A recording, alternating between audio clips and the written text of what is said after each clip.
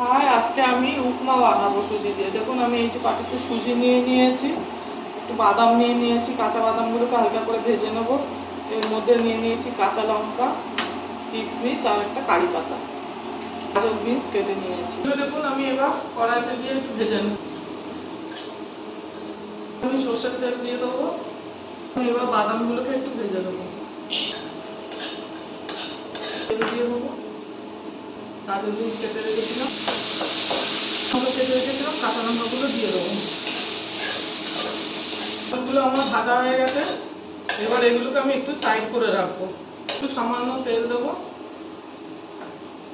একটু সর্ষে নিয়েছি, এই সর্ষেটার মধ্যে দিয়ে দেবো। শুকনো লঙ্কা কেটে রেখেছি ছোট ছোট করে, এটা ওর মধ্যে দিয়ে দেবো। এর মধ্যে কটা কারি পাতা নিয়েছি, কারি পাতা দিয়ে দেবো।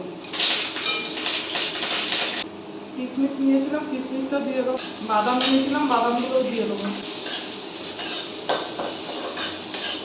এর মধ্যে এবার আমি সুজিটা দিয়ে দেবো। এর মধ্যে আমি একটু নুন দিয়ে দেবো, একটু চিনি দিয়ে দেবো, একটু হালকা হালকা করে জল দিয়ে দেবো, অল্প অল্প করে। এর মধ্যে আমি একটু ঘি দিয়ে